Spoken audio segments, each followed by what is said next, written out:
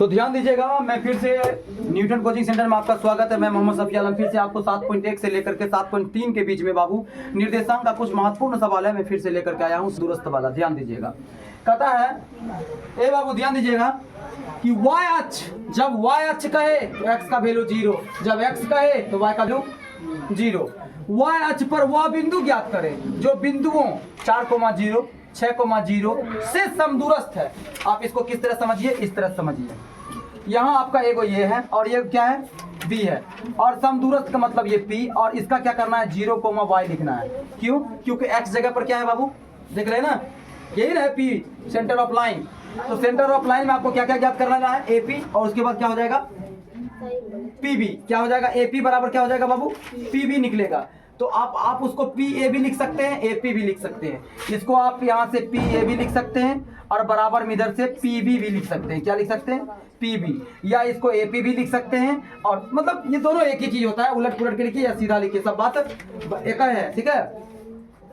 तो देखिए आपका सेंटर ऑफ लाइन क्या है, ये है।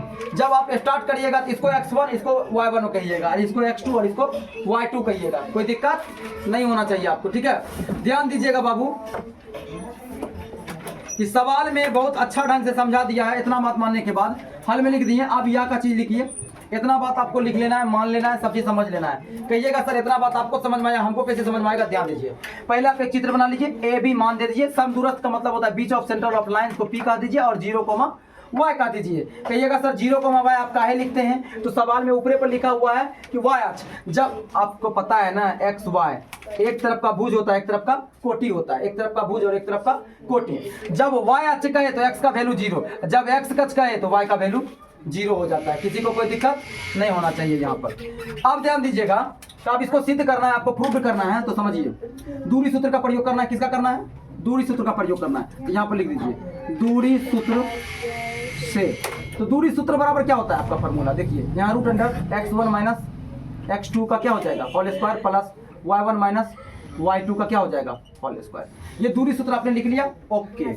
अब देखिए ध्यान से, आपको क्या निकालना है बाबू, आपको निकालना है PA। क्या निकालना है, PA, या PA लिखिए या AP लिखिए, दोनों बात बराबर है। तो हम चलिए PA लिख देते हैं इस बार, PA। तो ध्यान दीजिए PA क्यों लिखा मैंने, क्योंकि पहले हमको P से लेना है, पहले हमको किससे लेना है, P से लेना है। कि P का वैल्यू, पहला वैल्यू क्या है मेरा 0 है, क्या है 0 है, और A का पहला वैल्यू क्या है मेरा 4 है, क्या है, क्या है 4 है। तो बताओ, तो अगर मैं x1 और y1 और x2 और y2 लेता हूं तो जाहिर सी बात है यहाँ पर एक फार्मूला का लाइन खींच दूंगा रूट का, और उसके बाद मैं डायरेक्ट क्या लिख सकता हूं बाबू x1। अब देखो p लिखे हो, अगर इसको x1 कहोगे, इसको y1 कहोगे, इसको x2 कहोगे, इसको क्या कहोगे y2 कहोगे कि नहीं कहोगे। तो चलो हम इसी को कर लेते हैं। तो PA करेंगे तो हमको ऊपर वाला को मानना पड़ेगा, AP कहेंगे तो हमको नीचे वाला को मानना पड़ेगा, ठीक है।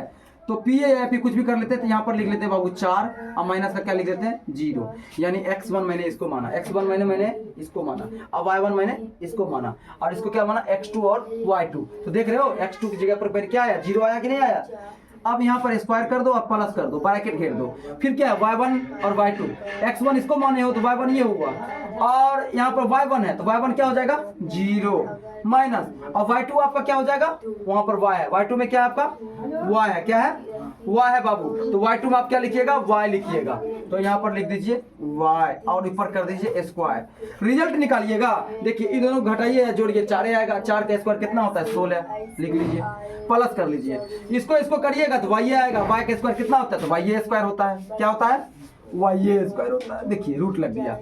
अब एक बात बताइए, तो 16 प्लस y क्या हो गया, ये आपका इकाई हो गया, क्या हो गया आपका इकाई हो गया बाबू, यूनिट हो गया, क्या हो गया यूनिट हो गया, यूनिट बोले तो इकाई हो गया।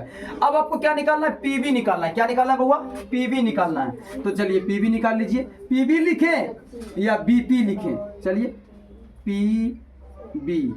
अब फिर फार्मूला लगा दीजिए, अब फिर फार्मूला लगाइएगा तो x1 किसी को मान लीजिए, देखिए P से स्टार्ट है, अब B से स्टार्ट है। तो सबसे पहले आपको ये समझना पड़ेगा कि 6 कहाँ है, देखिए B में, तो इसको x1 मान लीजिए, क्या मान लीजिए इसको x1, इसको y1, और P का क्या हो जाएगा x2 और y2। तो ध्यान दीजिएगा, तो इसका पहला अक्षर 6 माइनस और उसका पहला अक्षर 0 का स्क्वायर प्लस इसका पहला अक्षर 0 माइनस उसका पहला अक्षर y। तो देखिए अब इसको रिजल्ट निकालिएगा तो क्या आएगा, यहाँ से 6 6 का कितना हो जाएगा 36 और इधर से करिएगा तो क्या आएगा y स्क्वायर आएगा, क्या आएगा y स्क्वायर आएगा। तो बताइए एक तरफ से 16 निकला, दूसरा तरफ से क्या निकला 36 निकला। तो आप क्या लिखिएगा, चूंकि क्या ये वाला बिंदु डाल करके आपको क्या करना है बाबू, PA बराबर PB करना है, PA बराबर PB। चलिए तो कर लेते हैं, PA अब बराबर क्या लिखना है PB।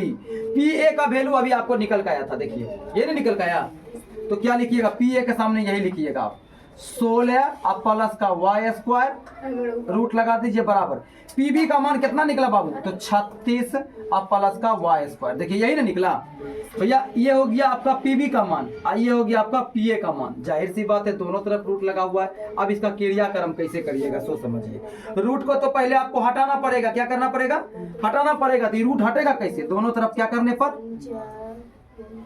तो यहाँ पर लिख लीजिए दोनों तरफ क्या करने पर, वर्ग करने पर। जब आप दोनों तरफ वर्ग करिएगा तो यहाँ से 16 अब प्लस का यहाँ पर y स्क्वायर अब बराबर यहाँ से 36 अब प्लस का यहाँ से y स्क्वायर आएगा। आएगा कि नहीं आएगा, इसको इससे काट दीजिएगा और इसको इससे काट दीजिएगा। आ गया इधर से 16 प्लस y स्क्वायर, इधर से आ गया आपको 36 प्लस का y स्क्वायर आ गया। अब आपको y का मान निकल जाएगा।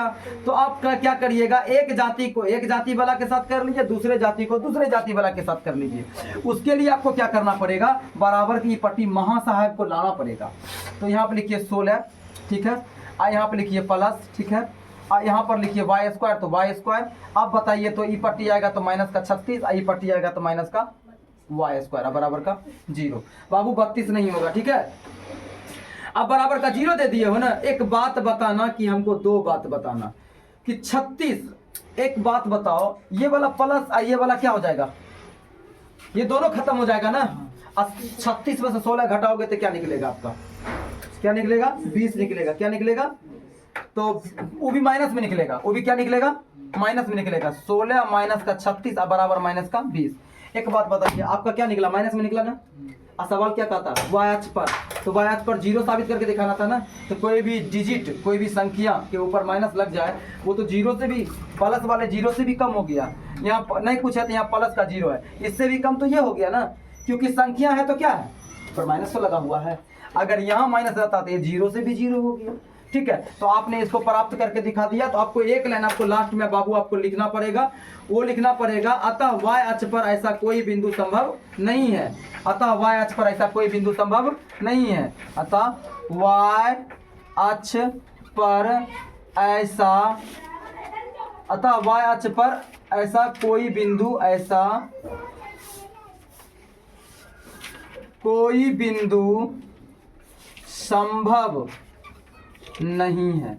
ये लीजिए बाबू, ये आपके 7.1 से लेकर 7.3 के बीच में ये सवाल है। बहुत महत्वपूर्ण सवाल है बाबू, बहुत हिम्मत से और बहुत मेहनत से इसको ढूंढ करके निकाल करके आपके सामने बाबू प्रेजेंटेशन करते हैं। इस पर ध्यान दीजिएगा। अच्छा लगा होगा तो लाइक सब्सक्राइब करना ना भूलिएगा।